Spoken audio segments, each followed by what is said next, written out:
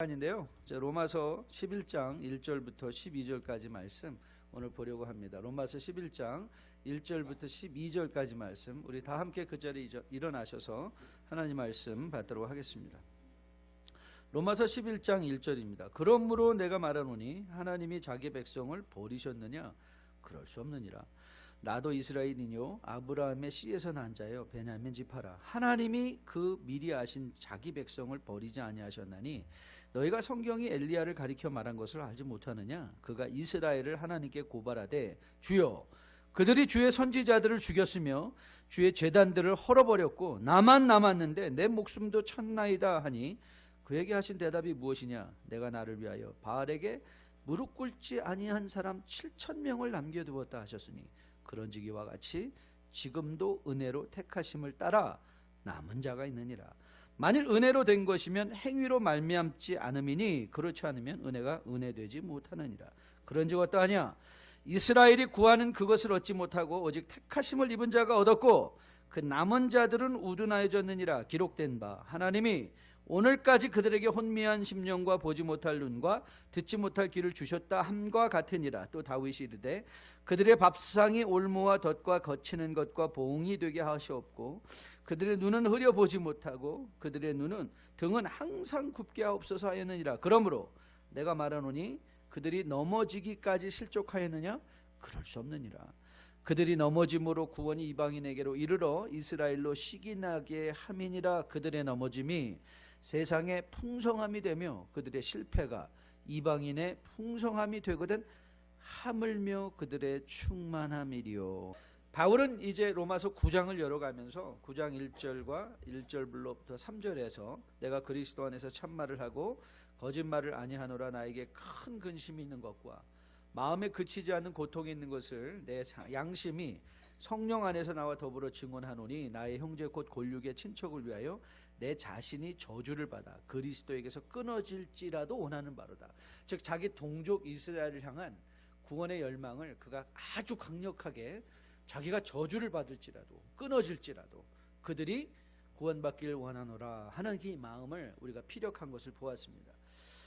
하지만 바울은 9장의 그 이스라엘의 불신을 보며 그들의 불신을 이렇게 우리에게 설명해 줬죠. 여러분 성경을 9장부터 좀 펴주시고요.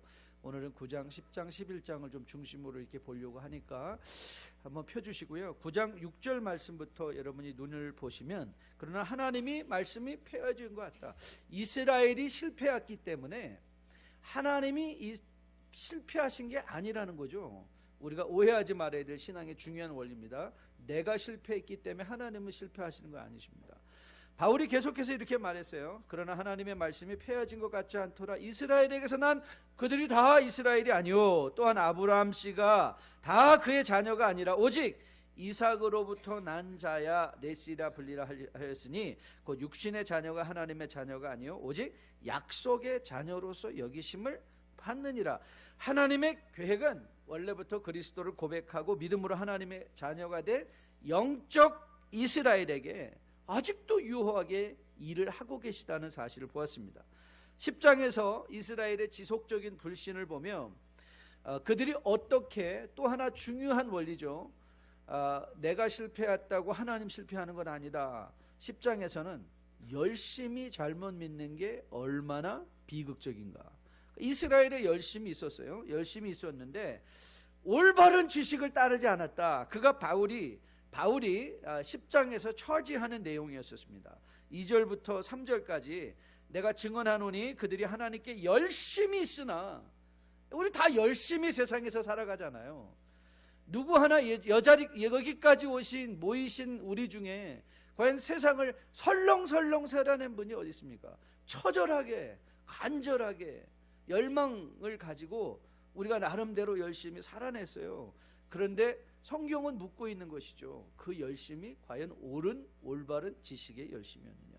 그걸 살펴보라 하면서 바울은 이스라엘을 이렇게 설명했습니다. 하나님의 의를 모르고 자기 의를 세우려고 힘써 하나님의 의에 복종하지 않았다. 이 말과 더불어 중요한 구원의 원리를 우리에게 소개해 주었는데 구원받는 백성의 유일한 근거가 뭐냐? 율법의 마침 되시는 예수 그리스도 한 분이다. 그 말씀한 거죠. 자, 로마서 10장 8절부터 10절인데요. 자, 우리 같이 한번 한 목소리로 읽어보도록 하겠습니다. 같이 읽습니다. 시작. 그러면 무엇을 말하느냐? 말씀이 내게 가까이 내 입에 있으며 내 이 마음에 있다 하였으니 곧 우리가 전파하는 말씀, 믿음의 말씀이라. 내가 만일 내 입으로 예수를 주로 시인하며 또 하나님께서 그를 죽은 자 가운데 살리신 것을 내 마음에 믿으면 구원을 받으리라. 사람이 마음으로 믿어 의에 이르고 그 입으로 시인하여 구원에 이르느니라. 여러분, 결단코 하나님은 멀리 계셔서 우리더러 하나님을 찾아오라 하시는 분이 아니십니다. 오늘 여기 앉아있는 우리 모두 하나님은 가까이 우리에게 와 계신 것이죠. 그리고 하나님은 우리를 찾으시죠. 하나님은 여러분의 삶을 어떻게든지 오늘도 엮어내셔서, 저는 여러분이 여기 어떻게 왜 와 있는지 모르지만 하나님은 여러분으로 하여금 이 자리에 오늘 있게 하셨다는 거죠. 왜요? 하나님의 은혜의 말씀이 가까이 있으니까, 그 여러분을 찾아주시니까. 그것이 바로 10장에서 권면하는 것입니다. 그래서 바울이 결론을 내죠. 누구든지 이 예수 그리스도를 입으로 신하면 믿음에 이르러 하나님의 구원을 받을 수 있다는 것이죠. 여러분, 이 누구든지 사람이, 이게 굉장히 중요합니다. 왜냐하면 오늘 바울은 오늘 11장에서 이런 말씀을 하고 있는 거예요. 인종적 이스라엘이 구원의 조건이 되지 않는다면, 인종적 이스라엘이 ethnic Israel never can become a qualification to become saved. 인종적 이스라엘이 구원의 조건이 되지 않는다면 인종적 이스라엘이 된다는 것 또한 구원의 거침돌도 안 된다는 거예요. 잘 들어보셔요.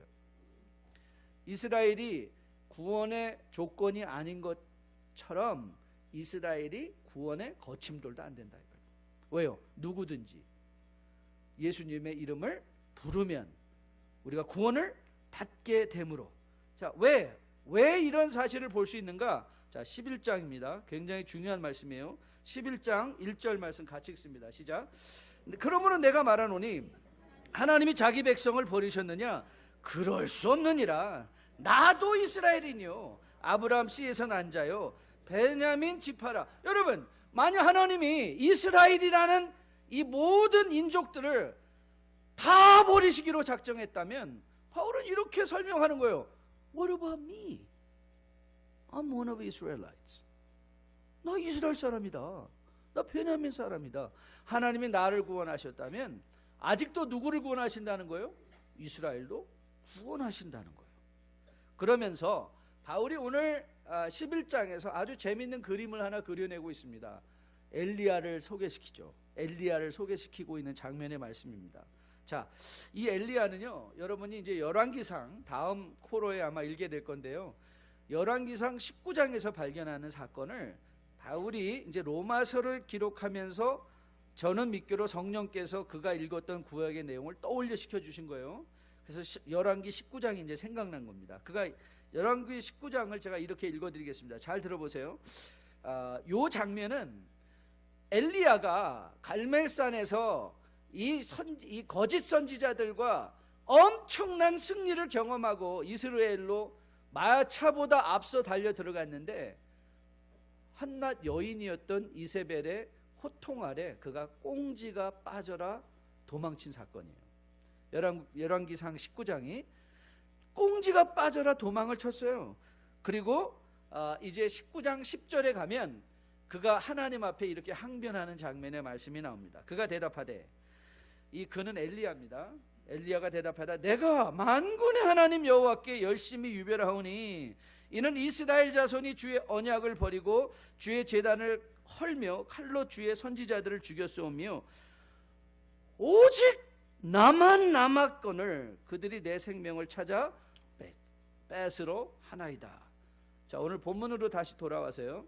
자, 요 장면의 말씀이 바울이 어떻게 기억하고 있는가를 잘 보세요. 2절과 3절 말씀입니다. 자, 한번 같이 읽습니다. 시작. 하나님이 그 미리 아신 자기 백성을 버리지 아니하셨나니 너희가 성경이 엘리야를 가리켜 말한 것을 알지 못하느냐? 그가 이스라엘을 하나님께 고발하되 주여 그들이 주의 선지자들을 죽였으며 주의 제단을 헐어버렸고 나만 남았는데 내 목숨도 찾나이다. 자, 이것이 바로 제가 방금 읽어드린 열왕기상 19장에 엘리야의 말을 바울이 기억해서 하나님 앞에 이스라엘을 고발하고 있는 장면이었습니다. 자, 이런 엘리야의 신세 타령에 참 우리 하나님은 좋으신 하나님이죠. 엘리야가 이렇게 신세 타령하고 불평과 원망으로 나왔을 때 하나님은 그를 치지 아니하셨습니다. 하나님은 일단 그를 먹이십니다. 그를 먹이시고 그를 쉬게 하신 후에 적절한 시간이 되었을 때 엘리야에게 말씀해 주십니다. 오늘 보면 4절 말씀이에요. 4절 말씀이 하나님께서 엘리야에게 주신 말씀입니다. 같이 한번 읽어볼까요? 그에게 하신 대답이 무엇이냐? 내가 나를 위하여 바알에게 무릎을 꿇지 아니한 사람 7,000명을 남겨두었다 하셨나니. 그래서 이제 결론입니다. 5절 같이 읽습니다. 시작. 5절. 그런즉 이와 같이 지금도 은혜로 택하심을 따라 남은 자가 있느니라. 예, 이스라엘 안에도 아직도 은혜로 따라 남은 자가 있다는 거예요. 어떻게 이런 일이 가능할까? 그건 우리가 6절에서 발견할 수 있습니다. 6절 바울이 이렇게 그 이유를 밝히고 있습니다. 자, 6절 같이 읽습니다. 자지. 만일 은혜로 된 것이면 행위로 말미암지 않음이니 그렇지 않으면 은혜가 은혜되지 못하느냐. 하나님은 애당초 우리를 구원하실 때에 우리 안에 있는 행위나 조건을 보시는 것이 아니라 은혜를 보시는, 은혜로 구원하신 분이시다. 그렇기에 만일 은혜로 된 것이면 행위로 남지 않은 것이니 그렇게 이스라엘에도 남은 자가 있다. 자, 성경을 한 장 앞으로 넘기셔서 10장입니다. 10장 11절부터 13절인데요. 자, 같이 한번 읽겠습니다. 같이 읽습니다. 시작. 성경에 이르되 누구든지 그를 믿는 자는 부끄러움을 당하지 아니하리라 하니 유대인이나 헬라인이나 차별이 없습니다. 한 분이신 주께서 모든 사람의 주가 되사 그를 부르는 모든 사람에게 부요하시도다. 누구든지 주의 이름을 부르는 자는 구원을 받으리라. 자, 다시 11장으로 돌아와서 이제 바울이 11장에서 결론을 냅니다. 자, 11장 11절과 12절의 말씀이 이제 바울이 내리는 소결론이에요. 같이 한번 읽어볼까요? 시작. 그러므로 내가 말하노니 그들이 넘어지기까지 실족하였느냐? 그럴 수 없느니라. 그들이 넘어짐으로 구원의 이방인에게 이르러 이스라엘로 시기나게 함이라. 그들의 넘어짐이 세상의 풍성함이 되며 그들이 실패가 이방인의 풍성함이 되거든 하물며 그들의 충만함이 되어 하나님이 이스라엘 백성을 포기하지 아니시기에 이스라엘에게는 아직도 뭐가 있다? 기회가 있다는 거예요. 이스라엘에게는 아직도 기회가 있다. 하나님께서 마지막 심판을 연기하시는 한, 하나님이 오늘 이 역사의 주관자 되신 하나님께서 오늘 이 역사의 끝을 내지 아니하시는 한 우리 주변에 누구에게든지 기회가 있습니다. 주홍같이 붉은 죄를 진자할지라도 여러분의 마음에 들지 않는다 할지라도 여러분의 눈에 차지 않는다 할지라도 여러분이 미워한다 할지라도 누구든지 그리스도 안에서 기회가 있습니다. 그래서 우리가 살고 있는 시대를 은혜의 시대다 이렇게 말하는 것입니다. 자, 이런 11장 1절부터 11절의 마음을, 이런 바울의 논지를 이제 마음에 새기고, 그러면 이 말씀을 이제 우리가 어떻게 받아갈 것이냐, 이 말씀들이 우리의 삶에 그럼 도대체 어떤 의미를 갖고 내가 이 말씀을 받았기에 내일부터 살아내는 나의 삶은 어떻게 다를 것인가. 자, 적용적인 차원에서의 교훈을 이제 앞으로 3개를 함께 여러분과 나누려고 합니다. 먼저는 싸잡아 판단하지 말라는 거예요. 좀 말이 격했나요? 따라해 보실래요? 싸잡아 판단하지 말라. 예, 오늘 첫 번째 교훈은 prejudice, 편견에 관한 말입니다. 바울은 오늘 분명히 밝혔죠. 이스라엘이라고 다 구원을 받지 못하는 것이 아니라는 거예요. 이스라엘 안에도 구원받을 남을 자가 있다고 분명히 선포했습니다. 그렇기에 우리에게 요구되는 믿음의 행동들은 뭐냐? 선입견들을 내려놓고 하나님의 뜻을 상고하는 가운데 누구에게든지 뭘 전하라? 그리스도의 복음을 전하라는 거예요. 이게 여러분들이 마음에 깊이 기억할 교훈입니다. 여러분, 참으로 우리가 이웃과의 관계에서 경계할 중요한 사안 중에 하나가 뭔지 아십니까? prejudice, 편견입니다. 편견. 여러분, 우리가 지금 살고 있는 이 미국도 인종적 편견으로 말미암아 큰 고통을 겪고 있죠. 최근 페이스북에 올라온 영상 중에 운전을 하던 미국 공군으로 제대한 한인 이민자였습니다. 이 친구가 그 비디오를 실었는데 어떤 백인 여자분이 그 차를 따라가면서 You Chink, You Chinese, You go home 그랬어요. 아니, 이 사람은 미국 시민이고요, 공군으로 제대까지 한 사람이에요. What right does she have to accuse him like that? 아니, 그 여자가 단지, 아니, 그리고 저는 그 영상을 보면서 막 찾아가서 그 여인에게 설명, He is not Chinese, he's Korean. 말하려면 You Korean go home 이렇게 말하면 오히려 내 마음도 시원하겠어요. 아니, 난 차이니스도 아닌데. 매장에서 사람을 기다리던 흑인들을 쫓아내기 위해서 경찰을 불렀던 필라델피아 스타벅스 기억하십니까? 그 스타벅스는요 5월 29일 날 전체 미국의 8,000개 매장을 문을 닫고요, 인종 차별에 관한 이 세미나를 했어요. 여러분, 스타벅스가 하루 매상을 포기한다는 그 얼마나 큰 헌신인 줄 아십니까? 그러나 인종적 편견이 너무나 심화되니까 미국에서는 그런 dramatic measure까지, 그런 일까지 하는 거죠. 하지만 그런데 여러분, 편견으로 말한다면 한국 사람 둘째가라면 서러운 사람 아닙니까? 한국에서, 여러분 그거 아세요? 한국에서 혼혈인들이 군대에 갈 수 있게 허락된 게 언제인 줄 아십니까? 2011년입니다. 2011년부터 혼혈인들에게도 군대 갈 수 있는 기회가 주어졌어요. 아시아에서 우리 중국 화교들이 유일하게 상권을 형성하지 못한 나라가 어디라고요?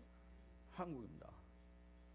여러분, 현재 많은 외국의 이주 노동자들이 여러분 가서 보시면 압니다. 어떤 취급을 받고 있는지. 참, 우리는 이상한 사람들이에요. 우리는 웬만한 대국의 그 중국 사람들도 우리는 하찮게 보죠. 짱땡, 그렇죠? 말할 수 없으니까. 우리가 또 여러분 일본 사람들한테 쪽땡땡, 그렇죠? 우리 또 깜땡땡. 얼마나 우리가 이런 편견을 갖고 있습니까? 여러분, 이게 이민사회에서 다른가요? 학연의 편견, 지역의 편견, 세대 간의 편견, 지식의 편견. 참으로 이 편견이 난무하는 것이 한국 사회고 이민사회고.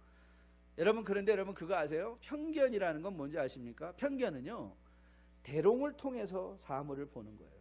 여러분 상상해 보세요. 여러분, 건강한 시력이 뭐라고 그랬어요? 건강한 시력은 peripheral vision이라고 그랬죠.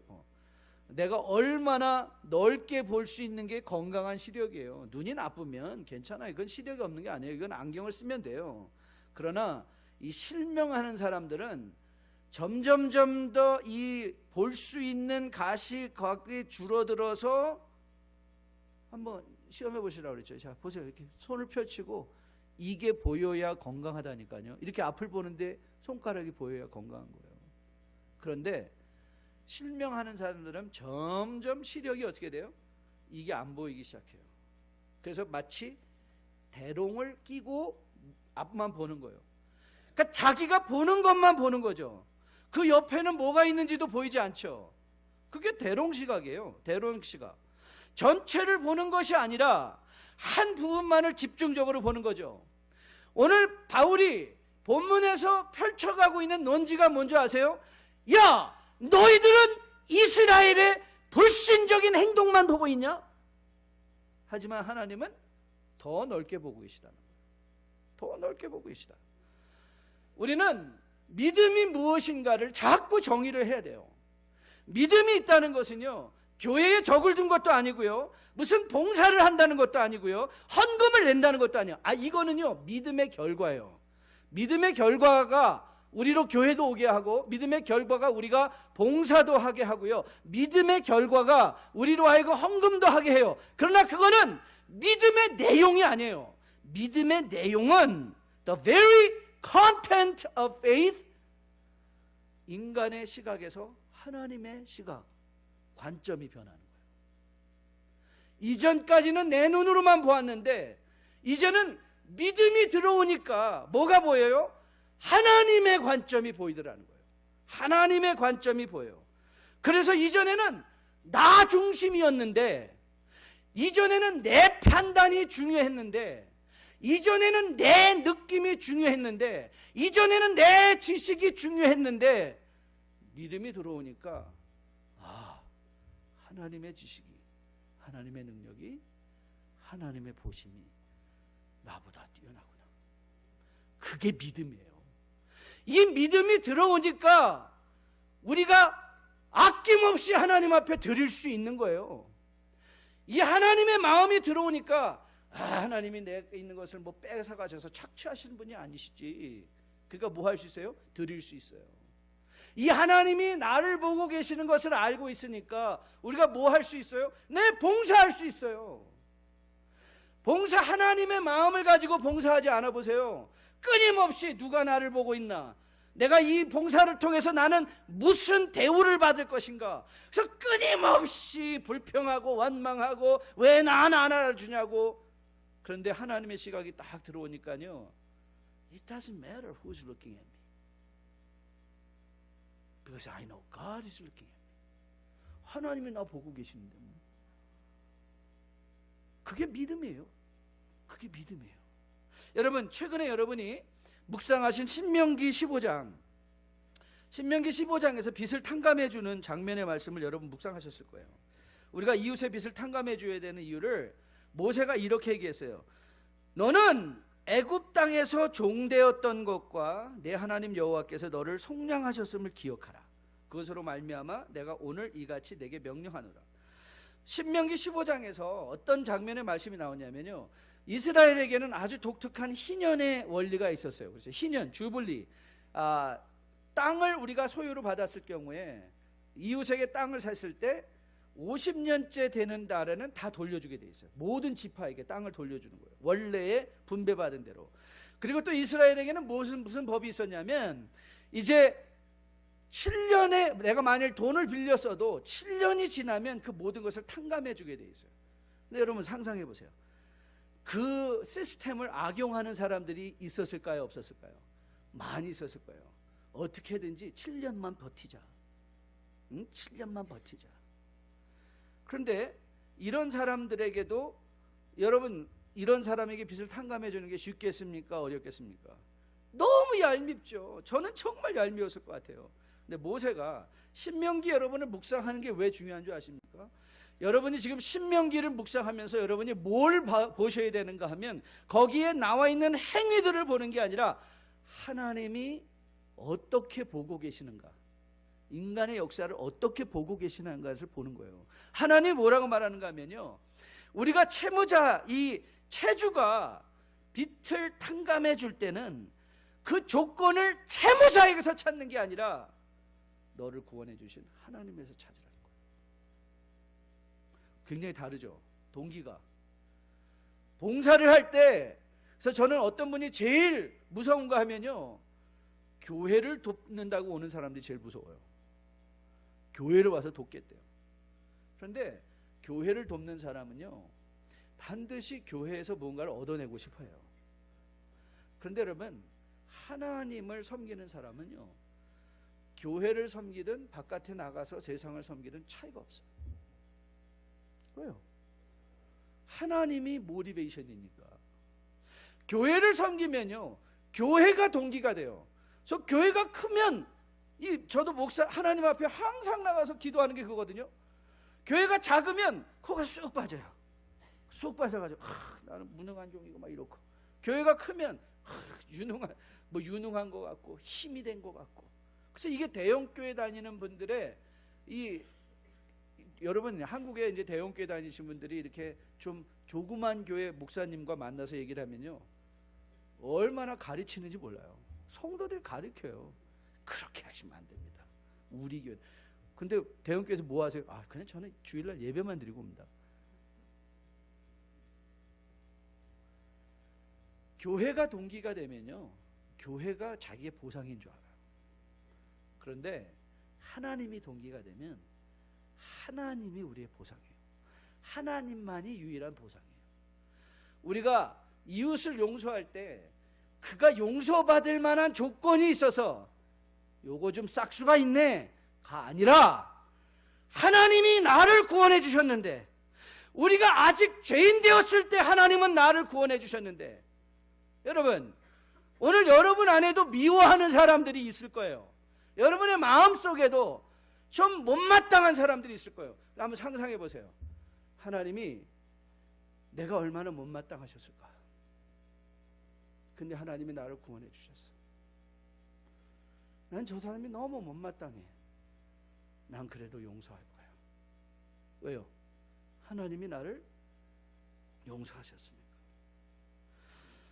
저는 오늘도 누구든지 예수 이름을 부르는 자를 구원해 주시는 이 하나님을 알고 계시는 여러분과 저 우리 뉴라이프의 백성들은 절대로 이웃들을 싸잡아 판단하는 편견에 빠져 있는 분이 아니라, 끊임없이 기회를 주고 끊임없이 기다려주고 끊임없이 복음을 전할 수 있는 여러분과 저 될 수 있게 되기를 주님의 이름으로 축복드립니다. 두 번째 교훈은요, 하나님보다 앞서지 말라는 거예요. 따라해 보실래요?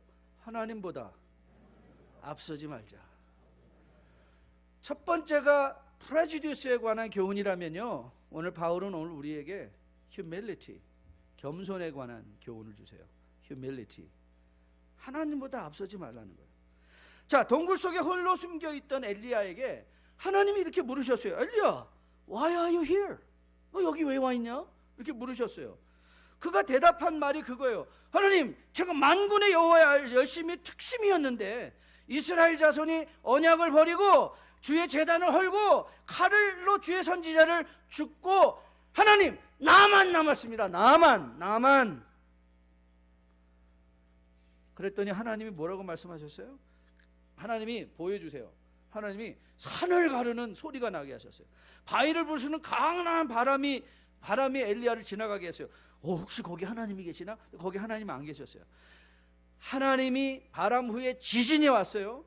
그런데 거기 하나님이 계셨나? 거기 계시지 않았어요. 지진 후에 불 가운데도 계시지 않았어요. 근데 하나님은 어디 계셨어요? 세미한 소리 가운데 엘리야를 만나주세요. 그리고 엘리야에게 이제 이렇게 말해요. 너 이제 네 사명 다 했다. 너 가서 엘리사 세워라. 그 후계자 엘리사를 세우라고 얘기를 합니다. 그리고 엘리야에게 이렇게 결정적인 말, 우리가 이미 본문을 통해서 보았던 말을 열왕기상 19장 18절 하나님의 음성으로 한번 직접 들어보십시오. 그러나 내가 이스라엘 가운데 7,000명을 남기리니 다 바알에게 무릎 꿇지 아니하고 다 바알에게 입맞추지 아니한 자니라. 엘리야는 대롱비전이었죠. 대롱비전이었어요. 자기는 갈멜산 일어난 그 사건만 이렇게 보고 있었어요. 이세벨만 보고 있었어요. 그런데 하나님은 말씀하세요. No. There are 7,000 people. 여러분 7,000이라는 말, 봤더니 뭐 지역에 400명 저기, 이게 아니죠. 7,000명이라는 말에 상징적인 의미가 있죠. 네? 수도 없이 많은 사람들이 있다는 거예요. 수도 없이 많은 사람이 남아있다. 여러분 이런 비슷한 사건을 엘리사도 경험합니다. 아니 엘리사가 아니라 엘리사의 사환이에요. 하나님께서 엘리야에게 이제는 네 사명이 다 했으니까 너 이제 와야 되겠다. 그리고 오라고 하셨어요. 그래서 엘리야가 불병거 타고 갔는데, 저는 많은 사람들이 나도 불병거 타고 Fires of Chariot go to see God. 저는 그렇게 가고 싶지 않아요. 하나님 앞에. 저는 엘리야가 불병거 타고 할 때 얼마나 뜨겁고 얼마나 더웠을까. 요즘 96도 바깥에 나가면 그냥 확확 덧는데 거기서 되게 붓고 땀이 비 오듯 흘렸을 것 같아요. 그 땀과 초조한 땀이, 그러니까 하나님이, 저는 불병거를 타고 하나님 앞에 간 엘리야가 불병거를 당해서는 저는 그게 상급이 아니라고 생각해요. 저는 그게 심판이었다고 생각해요. 이 엘리야의 불신앙에 저는 심판이에요. 너 불병거 타고 와 그랬어요. You're done. You're done. Because your faith. You're done. 이렇게 얘기한 거예요. 엘리사가 그의 주변에 완전히 군사들이 쫙 깔려 있었어요. 그럴 때 그 엘리사의 사환이 이렇게 엘리사에게 와서 한탄을 했어요. 하나님의 사람의 사환이 일찍 일어나서 나가보니 군사와 말과 병거가 성읍을 에워쌌는지라. 그의 사환이 엘리사에게 말하되 내 주여 우리가 어찌하오리까. 그러니까 그 눈으로 보니까 they're done. 그때 엘리사가 이렇게 말했습니다. 잘 들어보세요. 열왕기 하 6장 말씀인데요. 대답하되 두려워하지 말라. 우리와 함께한 자가 그들과 함께한 자보다 많으니라 하고 기도하여 이르되 여호와여 원하건대 그의 눈을 열어서 보게 하옵소서 하니 여호와께서 그 청년의 눈을 여심해 그가 보니 불말과 불병거가 산에 가득하여 엘리사를 둘렀더라. 언제 아멘 하려고 안 하시는 거예요? 엘리사가 기도했어요. 그의 눈을 열어 주님을 보게 하여 주시옵소서. 그의 눈이 살짝 열렸더니 거기에 뭐가 있었어요? 하나님의 일하심이 거기에 있어요. 하나님의 일하심. 여러분, 엘리야는요 자기 혼자 남았다고 그랬어요. 왜요? 그의 눈이 닫혀 있었어요. 나 혼자 남았습니다. 엘리사의 사환도 그의 눈이 닫혀 있었어요. 엘리사요, what are we going to do? We're done. We're doomed. 그런데 하나님이 그의 눈을 열어주시니까 뭐가 보여요? 불병거와 불말들이 보이는 거예요. 여러분, 축복의 땅 가나안을 경탐하고 돌아온 갈렙과 여호수아를 제외한 정탐꾼들이 그 장대하고 철병거를 가졌던 가나안인들을 보았어요. 그의 눈이 가렸어요. 그러니까 절망이에요. 불신이었어요. 그런데 우리는 라합을 통해서 하나님은 이미 이스라엘 백성보다 앞서 행하시며, 여러분 여호수아를 통해서 보면 여러분 여호수아를 읽으시면 거기에 뭐가 나옵니까? 거기에 이스라엘 백성들의 홍해를 건넌 사건, 그 하나님으로 인하여 가나안 백성의, 우리 민족의 마음이 뭐 했다고요? 서늘해졌다. 하나님이 일하신 거 아니에요. 일하셨어요. 싸우셨어요. 하나님은 가나안들과 이미 싸우셨어요. 그리고 하나님은 이미 이기셨어요.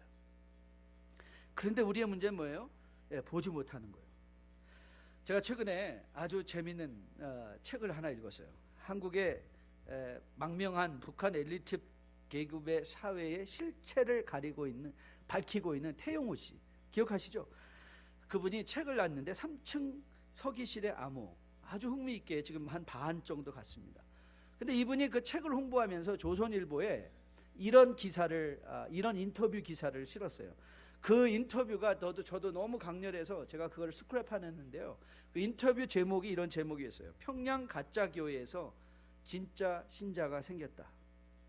가짜 교회에서 진짜 신자가 생겼다. 자, 태용호 씨가 한 말을 한번 들어보세요. 1980년대 후반 북한은 종교의 자유가 있는 것처럼 선전하려고 평양에 봉수교회와 장충성당을 지었다. 신앙이 전혀 없는 진짜 빨강이들로 신자석을 강제로 채웠다. 시간이 흐르며 변화가 생겼다. 설교 듣고 찬송 부르면서 진짜 신자가 되어갔다. 예배당 밖에서 찬송 들으며 체보하는 임대생, 예배 시간에 근처를 배회하는 사람들도 생겼다. 그래서 제가 그 책을 읽어보니까 김정일이 죽기 전에 1980년대에 교황을 초청하기로 했대요. 교황을 초청하려는 계획을 하나 세웠대요. 근데 그게 나중에는 무산됐어요. 교황을 초청하려 하면서, 그런데 카톨릭 본부에서 이런 요구가 들어온 거예요. 한 사람이라도 진짜 신자가 있으면 우리 간다. 그 한 사람을 바티칸으로 보내라 그랬대요. 그러니까는 이제 바티칸에서 북한에도 북한 카톨릭 협회가 있어요. 거기서 막 이제 진짜 신자를 찾아내러 이제 다닌 거예요. 진짜 다니면서 그 중에 성분 중에 6.25 전에 예수를 열심히 믿던 사람들의 얼마를 이제 택해가지고 가가지고 그 사람 중에 어떤 할머니를 하나 찾았어요. 그 할머니에게 우리 바티칸 갑시다. 진짜 선조를 데려오는데 당시 진짜 아니라고 절대 극구 부인했죠. 인정하면 죽으니까. 그런데 계속 회유를 한 거예요. 괜찮다. 동무 말하라고. 괜찮다. 그 계속 말하고 회유를 하고 그러더니 이 할머니가 눈물을 주르륵 흘리더니 하나님께서 나를 부르시는군요. 그러면서 주변을 이렇게 돌아보면서 전혀 예배당 같지 않은 저희가 자기가 기도처, 저기는 아직도 기도하고 있다는 거예요. 그러면서 그가 이렇게 얘기를 했어요. 한번 마음속에 들어온 하나님은 절대 떠나지 않습니다. 그리고 그 할머니가 바티칸에 가셨었대요. 아마 돌아가셨을 거예요. 왜냐하면 김정일이 그걸 보고 너무 무서워서 교황 초청하기를 하지 않기로 취소해버렸기 때문에 종교의 힘을 본 거죠. 여러분, I have a good news for you. 요한복음 5장에서 예수님께서 이렇게 하나님을 우리에게 말씀해 주세요. 아버지께서 일하시니 나도 일한다. 여러분, 은혜의 때가 뭔지 아세요? 은혜의 때는요, 아버지가 일하시는 때예요. 아버지가 일하세요. 여러분과 저의 소망이 뭔지 아세요? 아직도 우리 가운데서 일하시는 아버지예요. 아직도 아무리 불가능한 상황 가운데서도 우리가 새로운 소망을 갖고 우리의 무릎을 펴고 다시 일어나 웃을 수 있는 힘이 어디 있는지 아세요? 아버지께서 일하시는 거예요. 아버지께서 일하세요. 여러분, 오늘 본문 11장 11절 12절이 기가 막힌 말씀이에요. 한번 보세요. 그러므로 내가 말하니 그들이 넘어지기까지, 이 그들은 이스라엘이에요. 이스라엘이 실족하였어요. 그럴 수 없느니라. 그들의 넘어지는 것 또한 의미가 있었대요. 그러니까 이렇게 말해요. 그들이 넘어짐으로 구원이 누구에게 임했다고요? 이방인에게 임했대요. 그런데 이방인에게 구원이 임했는데 그 이방인의 구원이 그들에게 뭘 일으켰다고요? 시기를 일으켰대요. 그리고 이런 결론이에요. 이스라엘이 넘어짐으로 세상이 풍성하게 되었다면 그들의 실패가 이스라엘의 이방인의 풍성이 되었다면 이스라엘이 회복되면 어떤 영광이 있겠느냐. 그 말이 12절 말씀이에요. 이스라엘이 넘어졌는데도 그것은 실패가 아니라 하나님께서 그를 통하여 이방인에게 구원이 이르게 하셨고, 이방인에게 구원이 임했더니 그것이 끝이 아니라 이방인들의 구원이 유대인들의 마음을 뭐 했어요? 시기를 이렇게 모든 것이 합력하여 선을 이루신 하나님. 여러분과 저가 인생에 지금 여러분 중에 인생의 최악의 고비를 지나고 계신 분이 계실 거예요. 여러분에게 제가 감히 여러분 최악의 그 상황에서도 기뻐하십시오 라고 감히 대언할 수 있는 이유가 어딘지 아십니까? Because I know God is still at work. 하나님이 아직도 일하시니까. 여러분, 이게 우리의 소망이에요. 우리의 소망이에요. 하나님보다 그렇게 우리는 너무 앞서가지 마세요. 아이고, 저 인간은 안 돼. 하나님보다 앞서가지 마세요. 나는 끝났어. 하나님보다 앞서가지 마세요. 이거는 안 돼. 나는 안 돼. 내 남편은 안 돼. 내 자식은 안 돼. 우리 교회는 안 돼. 아니, 우리 한국 엽전들은 안 돼. 맞아요. 우리는 안 될 수 있어요. 맞아요. 우리는 속일 수 있어요. 맞아요. 우리는 넘어질 수 있어요.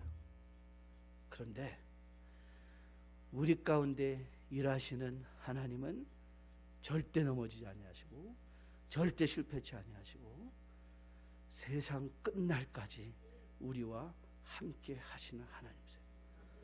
그래서 소망이 있어요.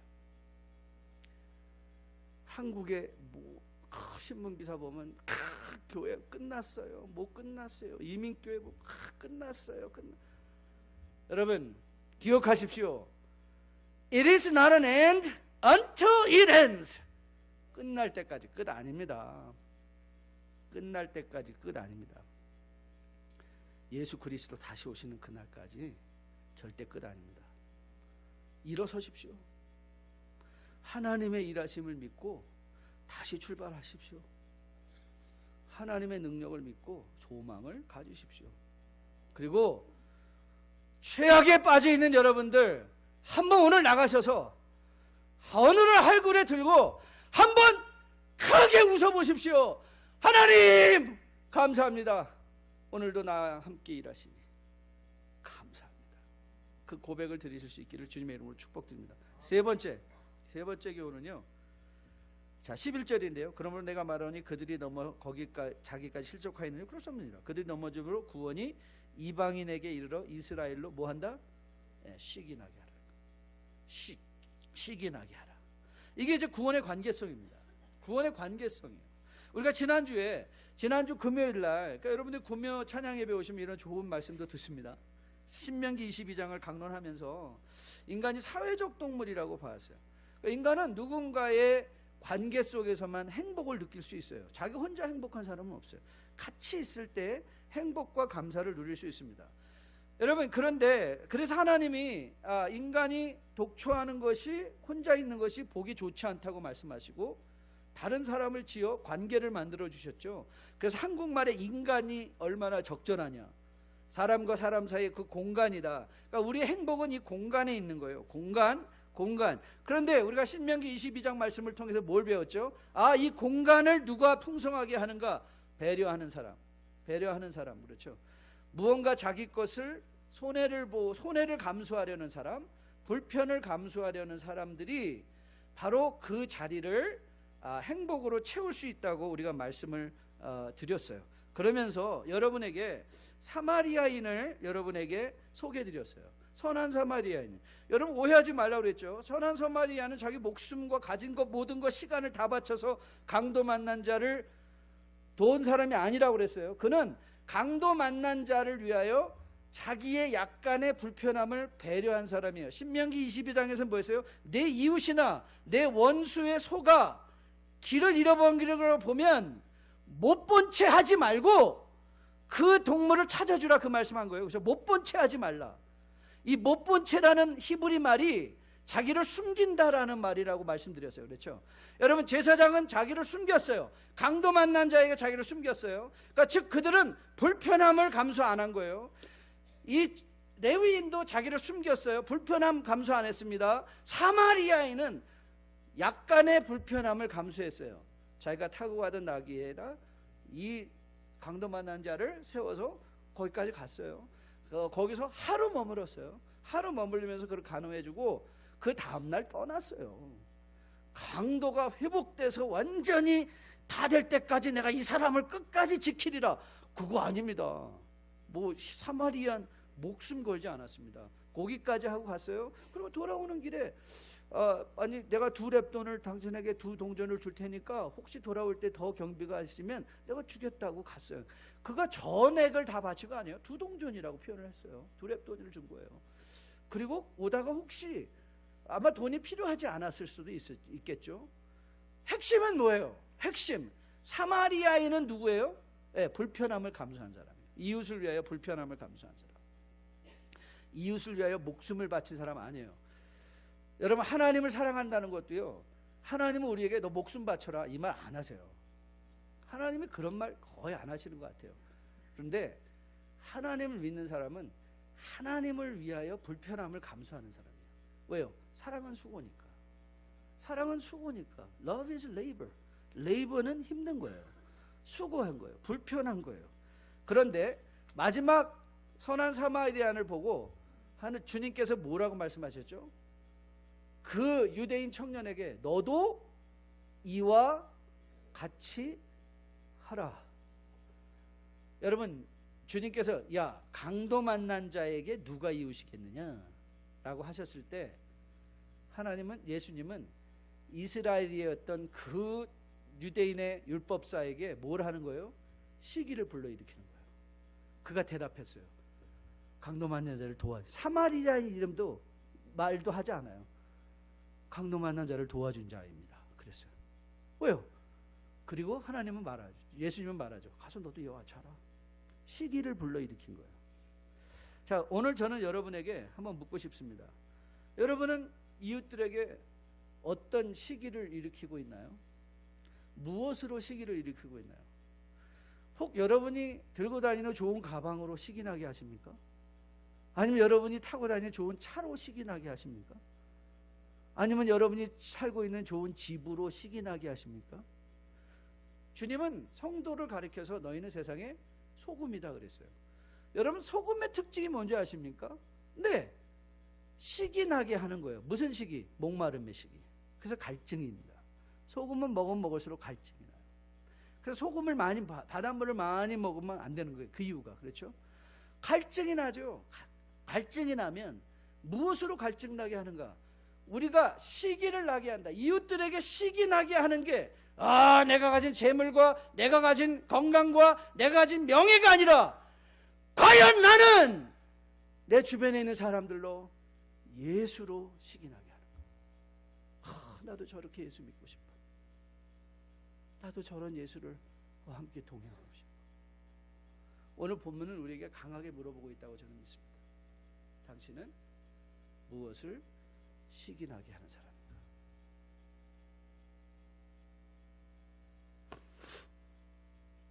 하나님께서는 이 땅에 하나님 나라가 회복되기까지 결단코 구원의 역사를 멈추지 아니하실 것입니다. 그래서 여러분, 너무 싸잡아 판단하지 마시고 절대로 하나님을 앞서가지 마시고, 그리고 여러분이 무엇을 세상 사람들에게 시기 나게 하고 있는가를 한번 돌아보십시오. 제가 요즘 기도하고 있는 것은, 제가 정말 이런 기도하고 있습니다. 하나님, 제 입에서 다른 사람을 판단하는 말을 다 제거해 주세요. 아직도 잘 안 됩니다. 근데 저는 계속 기도할 겁니다. 그래서 가능하면 사람 얘기하지 말고 하나님 얘기했으면 좋겠다. 그래서 사람들이 정 목사랑 만나고 나면 나도 그 예수님을 알고 싶어. 그래서 그냥 사람 얘기하다가 어이구 그런 인간들 만나지 말자. 그 아니라 정말 하나님 만나고 싶다. 하나님 보고 싶다. 하나님 닮고 싶다. 여러분, 여러분의 인생 끝날 때까지 끝 아닙니다. 실망하신 분 계십니까? 절망하신 분 계십니까? 고개를 드십시오. 눈을 들어 산을 보십시오. 여호와를, 이 산을 지으시고 창조를 운영하시는 하나님께서 정한 시간에 여러분에게 필요한 복을 주실 것입니다.